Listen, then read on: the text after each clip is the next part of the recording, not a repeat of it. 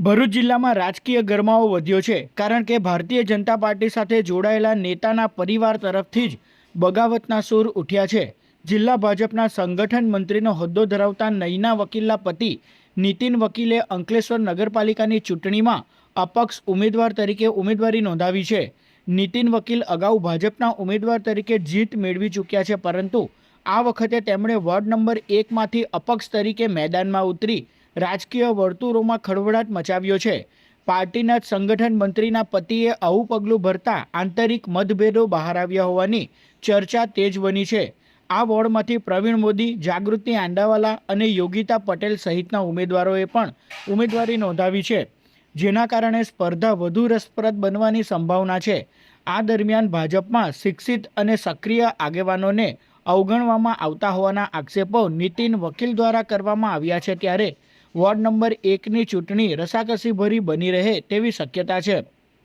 પાર્ટીના કોઈ અન્ય ઉમેદવાર અન્ય જગ્યાએ હોય તો એને પણ એને સાયલન્ટ, તો શું મારા પરિવારમાં અમે આખો પરિવાર ભાજપ સાથે સમર્પિત છીએ, તો પાર્ટી જો આ રીતે નિર્ણયો લેશે તો અમારી સ્કિલનું શું થશે? એડવોકેટ બનેલા લોકોની કામગીરી કરવા માટે અમે તત્પર છીએ, છતાં પણ જો તમે આ રીતે કામગીરી કરવા માંગશો તો પાર્ટીમાં મારા મિસિસ જે છે, પત્ની છે, એના માટે એમનો અલગ વિચારધારા છે, મારી અલગ વિચારધારા છે। મારે પ્રજાના કામો કરવા છે અને અમે પાર્ટીના કામો કરીશું। અમારી 4 ટીમના સક્ષમ અને ભણેલા ગણેલા ઉમેદવાર છે। હું એડવોકેટ છું, અમારા સાથે MA BEd MPhil સુધી ભણેલા શિક્ષક છે, જેઓ નગરપાલિકાના ભ્રષ્ટાચારોને છેલ્લા 5 વર્ષથી ઉજાગર કરી રહ્યા છે, લોકોને સાચી સમજ આપી, છતાં પણ પક્ષને જોઈને લોકો કે ઘણા લોકોને ઇન્ટરનલ પ્રોબ્લેમો હોય કે જો લોકો નથી આગળ આવી શકતા, નથી બોલી શકતા, પણ અમે લોકો માટે લડનારા એડવોકેટ વ્યક્તિ જ્યારે પોતાના એના માટે ના લડી શકીએ તો એ માટે અમે આ બાબતે શું કામગીરી કરી શકીએ, પાર્ટીએ પણ નિર્ણય લેવો પડે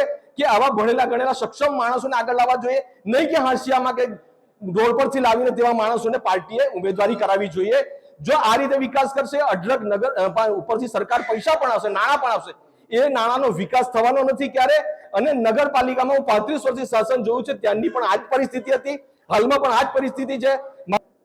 નગરપાલિકાની અને સ્થાનિક સ્વરાજ્યની ચૂંટણીની અંદર અમોએ આ ઝંપલાવેલું છે, જે અત્યારે ગયા અઢી વર્ષની અંદર શાસનની અંદર મોટા પાયે ભ્રષ્ટાચાર, ગેરરીતિઓ થયેલી હતી, તેને અમે ઉજાગર કરેલી હતી અને હવે વધુ ઉજાગર કરવા માટે અમારે અંદર આવવું જરૂરી હતું અને અમોએ નક્કી કર્યું અને અમારા વોર્ડ નંબર 1ની પ્રજાએ નક્કી કર્યું કે તમે બધા ઊભા રહો, પ્રજાના ટેક્સના પૈસા અમારે બચાવવા છે, જે ભ્રષ્ટાચાર કરે છે તેને અમારે ઉજાગર કરવો છે।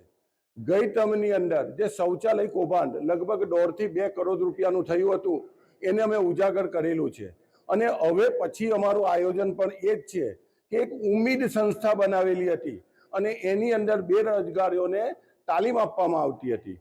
એ તાલીમની અંદર 65 લાખ રૂપિયાની ગ્રાન્ટ આવી હતી, સરકારે આપી હતી અને એ પૈસા ઉધારી દેવામાં આવેલા છે, જે તેના ખાતામાં ગયા નથી। આજે પણ અમારી પાસે એના ડોક્યુમેન્ટ મોજૂદ છે અને અમે એ લોકોના પણ ઇન્ટરવ્યૂ લીધા છે કે તમને પૈસા મળ્યા છે કે ના। તો અમારા પછી હવેનું આયોજન આ છે। વોર્ડ નંબર 1ની હવે પછીની જે કંઈ વિસ્તાર છે એ વિસ્તારની અંદર મેક્ઝિમમ અમારે ડેવલપ કરવું હોય તો કઈ રીતે કરવું, એટલે અમારી પાસે અનુભવી નીતિનભાઈ છે, એ નીતિનભાઈને પણ બધો અનુભવ છે, કાયદાકીય રીતે નિષ્ણાત છે અને એમના સૂચનો વગર અમે આ બધું કામગીરી હવે કરવા